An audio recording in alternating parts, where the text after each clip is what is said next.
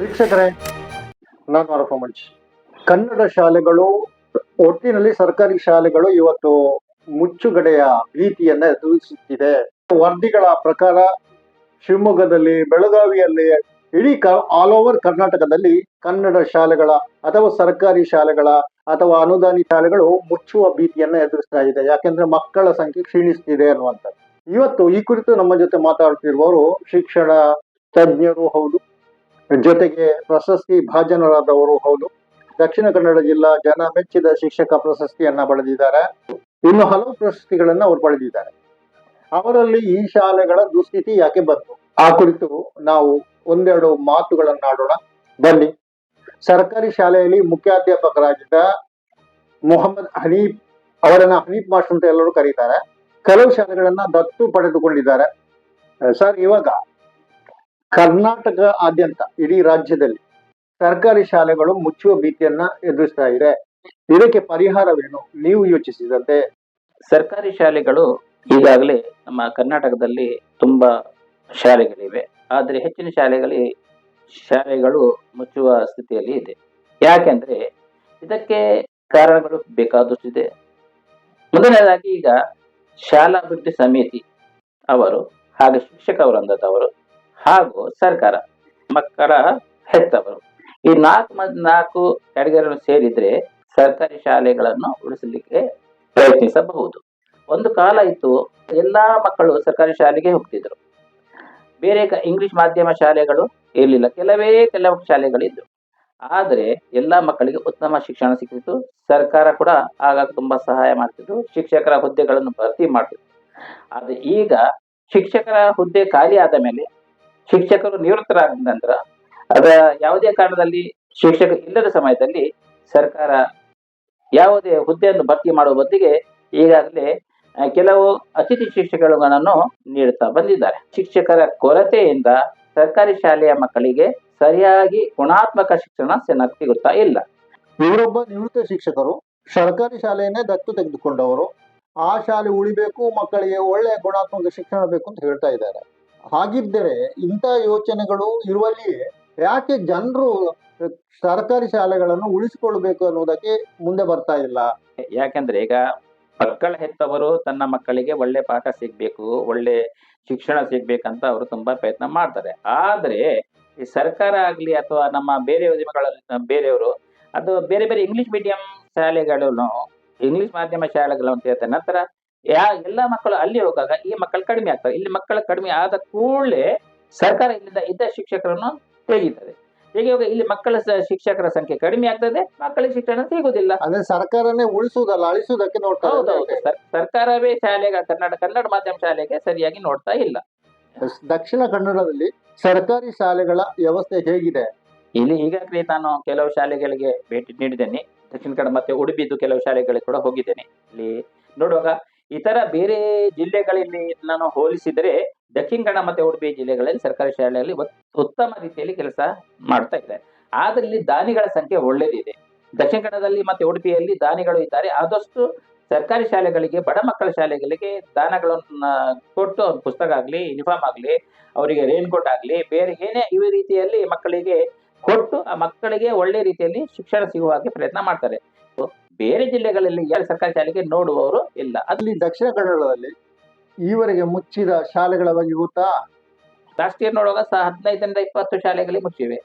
ಈಗ ಶಿಕ್ಷಕರ ಹುದ್ದೆ ಖಾಲಿ ಆದ ಮೇಲೆ, ಶಿಕ್ಷಕರು ನಿವೃತ್ತರಾದ ನಂತರ, ಅದರ ಯಾವುದೇ ಕಾರಣದಲ್ಲಿ ಶಿಕ್ಷಕ ಇಲ್ಲದ ಸಮಯದಲ್ಲಿ ಸರ್ಕಾರ ಯಾವುದೇ ಹುದ್ದೆಯನ್ನು ಭರ್ತಿ ಮಾಡುವ ಬದಲಿಗೆ ಈಗಾಗಲೇ ಕೆಲವು ಅತಿಥಿ ಶಿಕ್ಷಕರುಗಳನ್ನು ನೀಡುತ್ತಾ ಬಂದಿದ್ದಾರೆ. ಆ ಶಿಕ್ಷಕರ ಕೊರತೆಯಿಂದ ಸರ್ಕಾರಿ ಶಾಲೆಯ ಮಕ್ಕಳಿಗೆ ಸರಿಯಾಗಿ ಗುಣಾತ್ಮಕ ಶಿಕ್ಷಣ ಸಿಗುತ್ತಾ ಇಲ್ಲ. ಆ ಎಲ್ಲ ಮಕ್ಕಳ ಹೆತ್ತವರಿಗೂ ಒಂದು ಕಾಳಜಿ ಇರ್ತದೆ. ಯಾಕಂದ್ರೆ ನನ್ನ ಮಕ್ಕಳು ನನ್ನಕ್ಕಿಂತ ಉತ್ತಮ ಸ್ಥಿತಿಯಲ್ಲಿ ಇರಬೇಕು, ನನ್ನಕ್ಕಿಂತ ಒಳ್ಳೆ ವಿದ್ಯಾವಂತರಾಗಬೇಕು, ಒಳ್ಳೆ ಶಿಕ್ಷಣ ಪಡೆಯಬೇಕು ಅಂತ ತಂದೆ ತಾಯಿರುವ ಒಂದು ಆಸೆ ಇರ್ತದೆ. ಅದನ್ನು ಪೂರೈಸಬೇಕಿದ್ದರೆ ನಮ್ಮ ಶಿಕ್ಷಕರಂತ, ನಮ್ಮ ಸರ್ಕಾರ, ನಮ್ಮ ಶಾಲೆಗಳ ಸಮಿತಿ ಮಕ್ಕಳಿಗೆ ಹೆತ್ತವರು ಕಲಿಸಿದ ನಂತರ ಅಲ್ಲಿ ಸರಿಯಾಗಿ ಮಕ್ಕಳಿಗೆ ಗುಣಾತ್ಮಕ ಶಿಕ್ಷಣ ಸಿಗದಿದ್ದರೆ ಆ ಮಕ್ಕಳ ಹೆತ್ತವರು ತನ್ನಷ್ಟಕ್ಕೆ ಅದು ಸ್ವಲ್ಪ ಯಾಕೆಪ್ಪ ಸರಿಯಾಗಿ ಶಿಕ್ಷಣ ಸಿಗ್ತಾ ಇಲ್ಲ, ಅಲ್ಲಿ ಯಾಕೆ, ಅದರ ಬದಲಿಗೆ ನಾವು ಇಂಗ್ಲಿಷ್ ಮಾಧ್ಯಮ ಶಾಲೆಗಳಿಗೆ ಕಲಿಸುವ ಅಂತ ಆಗ್ತದೆ. ಅದಕ್ಕೋಸ್ಕರ ನಮ್ಮ ಎಲ್ಲಾ ಶಾಲೆಗಳಲ್ಲಿ ಸರಿಯಾಗಿ ಶಿಕ್ಷಕರ ಸಂಖ್ಯೆ, ಮಕ್ಕಳ ಸಂಖ್ಯೆ ಪ್ರಕಾರ ಶಿಕ್ಷಕರು ಇದ್ದರೆ ಅಲ್ಲಿ ಒಳ್ಳೆ ಪಾಠಗಳು ಸಿಗ್ತದೆ. ಶಿಕ್ಷಕರು ಆಸಕ್ತಿಯಿಂದ ಪಾಠವನ್ನು ಕಲಿಸ್ತಾರೆ, ಮಕ್ಕಳು ಸರಿಯಾಗಿ ಕಲಿತಾರೆ. ಅದೇ ಮಕ್ಕಳು ಇಂದಿನ ಮಕ್ಕಳೇ ಮುಂದಿನ ಜನಾಂಗ, ಒಳ್ಳೆ ರೀತಿಯಲ್ಲಿ ಕಲಿತು ಮುಂದೆ ಬರಬಹುದು. ಆಗ ಮಕ್ಕಳ ಹೆತ್ತವರು ಕೂಡ ಅದಕ್ಕೆ ಸ್ಪಂದಿಸ್ತಾರೆ. ಆಗ ಎಲ್ಲ ಸರ್ಕಾರಿ ಶಾಲೆಗಳನ್ನು ಈ ರೀತಿ ಮಾಡಿದರೆ ಉಳಿಯಬಹುದು. ಬೆಳಗಾವಿಯಲ್ಲಿ ಒಂದು ಪ್ರತಿಕ್ರಿಯೆ ಬಂದಂತೆ ನಮಗೆ ಹಿಂದಿನ ವಿಡಿಯೋದಲ್ಲಿ ಶಾಲೆಯಲ್ಲಿ ಮಾಸ್ಟರ್ಗಳೇ ಇಲ್ಲ, ಯಾಕೆ ಈ ರೀತಿ ಆಗುವಾಗ ಜನಸ್ಪಂದನೆ ಇಲ್ಲ, ಜನರು ಯಾಕೆ ಶಾಲೆಗಳಿಗೆ ಟೀಚರ್ಗಳನ್ನು ಮಾಸ್ಟರ್ಗಳನ್ನು ಕೊಡಿ ಎಂದು ಕೇಳ್ತಾ ಇಲ್ಲ, ಇಲ್ಲಿ ಏನಾಗಿದೆ ಲೋಪ? ಬೆಳಗಾವಿ ಆಗ್ಲಿ ಅಥವಾ ಬೇರೆ ಯಾವುದೇ ನಮ್ಮ ರಾಜ್ಯದ ಬೇರೆ ಬೇರೆ ಜಿಲ್ಲೆಗಳಲ್ಲಿ ಆಗ್ಲಿ ಸರ್ಕಾರಿ ಶಾಲೆ ಅಂದ್ರೆ ಉಡುಪಿ, ದಕ್ಷಿಣ ಕನ್ನಡ, ಉಡುಪಿ ಮತ್ತೆ ಕೊಡಗು ಈ ರೀತಿಯಲ್ಲಿ ಸೌತ್ ನಲ್ಲಿ ಇದ್ದ ಶಾಲೆಗಳು ಯಾವ ರೀತಿಯಲ್ಲಿ ಇದೆ, ಅದೇ ನಾರ್ತ್ ನಲ್ಲಿ ಆ ರೀತಿ ಇಲ್ಲ. ಯಾಕೆಂದ್ರೆ ಅಲ್ಲಿ ಶಿಕ್ಷಕರ ಕೊರತೆ ಕೂಡ ಇದೆ. ಸರ್ಕಾರ ಹಾಗೂ ನಮ್ಮ ಶಾಲಾ ಅಭಿವೃದ್ಧಿ ಸಮಿತಿ ಒಳ್ಳೆ ರೀತಿಯಲ್ಲಿ ಸ್ಪಂದಿಸಿದ್ರೆ ಆ ಮಕ್ಕಳಿಗೆ ಒಳ್ಳೆ ಶಿಕ್ಷಣ ಸಿಗಬಹುದು. ಪತ್ರಿಕೆ ವರದಿ ಪ್ರಕಾರ ಬೆಳಗಾವಿಯಲ್ಲಿ 35 ಶಾಲೆಗಳು ಮುಚ್ಚಿವೆ, ಶಿವಮೊಗ್ಗದಲ್ಲಿ 15 ಶಾಲೆಗಳು ಮುಚ್ಚುವ ಸ್ಥಿತಿಯಲ್ಲಿದೆ. ಈಗಾಗಲೇ ನಾನು ಕೆಲವು ವಿಷಯಗಳನ್ನು ನಿಮಗೆ ಹೇಳಲು ಇಚ್ಛಿಸುತ್ತೇನೆ. ಸುಮಾರು 1981ರಲ್ಲಿ 80 ಶಿಕ್ಷಕರನ್ನು ಉರ್ದು ಶಿಕ್ಷಕರನ್ನು ನೇಮಿಸಿದ್ರು. ಆದ್ದರಿಂದ ನಮ್ಮ ಸುಮಾರು 23 ಶಾಲೆಗಳು ದಕ್ಷಿಣ ಕನ್ನಡ ಮಾಧ್ಯಮ ಶಾಲೆಗಳಲ್ಲಿ ಉರ್ದು ಪಾಠ ಕೂಡ ಒಳ್ಳೆ ರೀತಿಯಲ್ಲಿ ಮಕ್ಕಳು ಕಲಿತು ಮುಂದೆ ಬರ್ತಾ ಇದ್ರು. ನಂತರ ಒಂದೊಂದೇ ಆಗಿ ಟೀಚರ್ಸ್ ರಿಟೈರ್ಡ್ ಆಗ್ತಾ ಹೋಗುವಾಗ, ನಿವೃತ್ತರಾಗುವಾಗ ಹೊಸ ಶಿಕ್ಷಕರನ್ನು ಕೊಡ್ತಾ ಇಲ್ಲ. ಆದ್ದರಿಂದ ಇಲ್ಲಿ ಮಕ್ಕಳ ಶಿಕ್ಷಕನು ಕುಂಠಿತ ಆಗುತ್ತಾ ಇದೆ. ಅಂದ್ರೆ ಅಲ್ಲಿ ಕನ್ನಡ ಮಾಧ್ಯಮ ಶಾಲೆ ಆಗಲಿ ಅಥವಾ ಉರ್ದು ಶಾಲೆಗಳೇ ಆಗಲಿ ಆ ಮಕ್ಕಳಿಗೆ ಸರಿಯಾಗಿ ಶಿಕ್ಷಣ ಸಿಗ್ಬೇಕಂದ್ರೆ ಶಿಕ್ಷಕರು ಬೇಕು. ಎಷ್ಟೋ ಬಡತನ ಇರಲಿ, ಆದರೆ ಅವರಿಗೊಂದು ಆಸೆ ಇರ್ತದೆ, ಅವರಿಗೊಂದು ಆಸಕ್ತಿ ಇರ್ತದೆ, ನಮ್ಮ ಮಕ್ಕಳು ಒಳ್ಳೆ ಕಲಿಬೇಕು, ಮುಂದೆ ಅವ್ರದ್ದು ಜೀವನವನ್ನು ಒಳ್ಳೇದಾಗಬೇಕು ಅಂತ. ಕನ್ನಡ ಮಾಧ್ಯಮದಲ್ಲಿ ಉರ್ದು ಟೀಚರ್ಗಳನ್ನು ಕೂಡ ಲೆಸ್ ಮಾಡಿದ್ದಾರೆ ಅಂತ ನೀವು ಹೇಳುವ. ಇಂಗ್ಲಿಷ್ ಮಾಧ್ಯಮ ಬೇಕು ಕನ್ನಡ ಶಾಲೆಯಲ್ಲಿ ಅಂತ ಕೇಳುವ ಪರಿಸ್ಥಿತಿ ನಿರ್ಮಾಣ ಆಗಿದೆ. ಯಾಕೆ ಇದು? ಸರ್ಕಾರಿ ಶಾಲೆಗಳು ಇಂಗ್ಲಿಷ್ ಮಾಧ್ಯಮ ಆದ್ರೆ ನಮ್ಮ ಮಕ್ಕಳಿಗೆ ಕೂಡ ಇಂಗ್ಲಿಷ್ ಸಿಗ್ತದೆ. ಹಾಗೆ ಕೆಲವು ಶಾಲೆಗಳ ಪ್ರಯತ್ನ ಮಾಡಿಕೊಂಡು ಈಗ ಸರ್ಕಾರ ಕೂಡ ಈಗ ಹಲವು ಕನ್ನಡ ಮಾಧ್ಯಮ ಶಾಲೆಗಳಲ್ಲಿ ಕೂಡ LKG UKG ಅಂತ ಇಂಗ್ಲಿಷ್ ಮಾಧ್ಯಮ ಮಾಡ್ತಾ ಇದ್ದಾರೆ. ಆದ್ರೆ ಕನ್ನಡ ಮಾಧ್ಯಮ ಕೂಡ ಇದೆ, ಇಂಗ್ಲಿಷ್ ಮಾಧ್ಯಮ ಕೂಡ ಇದೆ. ಆದ್ದರಿಂದ ಮಕ್ಕಳಿಗೆ ಸರಿಯಾಗಿ ಇಂಗ್ಲಿಷ್ ಅನ್ನು ಈಗ ಸಿಗುತ್ತಾ ಇದೆ. ಅದನ್ನು ಸರ್ಕಾರ ಮುತುವರ್ಜಿಗೊಳಿಸಿ ಇನ್ನು ಕೂಡ ಮುಂದುವರಿಸಿದರೆ ಒಳ್ಳೆಯದು. ಸರ್ಕಾರಿ ಶಿಕ್ಷಣ ವ್ಯವಸ್ಥೆಯಲ್ಲಿ ನೀತಿ ರೂಪಿಸುವವರು ಅಂದ್ರೆ ಸರ್ಕಾರ ಎಲ್ಲೋ ಎಡವಿದೆ ಅಂತ ನಿಮ್ಗೆ ಅನಿಸ್ತಾ ಇದೆಯಾ? ಹೌದು. ಈಗ ನಾವು ನೋಡ್ತಾ ಇರುವಾಗ 6ನೇ ತರಗತಿಯಿಂದ ಮಕ್ಕಳಿಗೆ ಇಂಗ್ಲಿಷ್ ಪಾಠ ಸಿಗ್ತದೆ. 1ರಿಂದ 5ನೇ ತರಗತಿಗೆ ಕೇವಲ ಕನ್ನಡ ಮಾಧ್ಯಮ ಅಥವಾ ಉರ್ದು ಮಾಧ್ಯಮದಲ್ಲಿ ಮಕ್ಕಳು ಕಲಿತಾರೆ.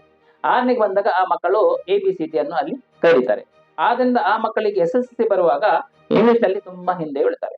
ಆಗ ಮಕ್ಕಳ ಹೆತ್ತವರು ನೋಡ್ತಾರೆ, ನನ್ನ ಮಕ್ಕಳು ಇಂಗ್ಲಿಷ್ ನಲ್ಲಿ ತುಂಬಾ ಹಿಂದೆ ಇದ್ದಾರೆ, ಅದನ್ನು ನಮ್ಮ ಪಕ್ಕದ ಮನೆಯವರು ತುಂಬಾ ಮುಂದೆ ಇದ್ದಾರೆ, ನನ್ನ ಮಕ್ಕಳು ಕೂಡ ನಾ ಇಂಗ್ಲಿಷ್ ಮಾಧ್ಯಮದಲ್ಲಿ ಸೇರಿಸಿದ್ರೆ ಸ್ವಲ್ಪ ನನ್ನ ಮಕ್ಕಳು ಕೂಡ ಒಳ್ಳೆ ಇಂಗ್ಲಿಷ್ ನಲ್ಲಿ ಮಾತಾಡ್ತಿರ್ತಾರೆ, ಒಳ್ಳೆ ಕೆಲಸ ಸಿಕ್ತಿತ್ತು ಅಂತ ಅವ್ರದ್ದು ಆಸೆ ಇರ್ತದೆ. ಆದ್ದರಿಂದ ಸರ್ಕಾರವೇ ಕನ್ನಡ ಜೊತೆಯಲ್ಲಿ ಇಂಗ್ಲಿಷ್ ಮಾಧ್ಯಮ ಕೂಡ ಮಾಡಿದ್ರೆ ಉತ್ತಮ ಅಂತ ಹೇಳಿ. ಅಂದರೆ 1ನೇ ತರಗತಿಯಿಂದಲೇ ಇಂಗ್ಲಿಷ್ ಕಲಿಯುವಂತ ವ್ಯವಸ್ಥೆ ಕನ್ನಡ ಶಾಲೆಯಲ್ಲಿ ಇರಬೇಕು, ಆವಾಗ ಯಾವುದೇ ತೊಂದರೆ ಆಗುವುದಿಲ್ಲ ಅಂತ ನಿಮ್ಮ ಮಾತ? ಹೌದು.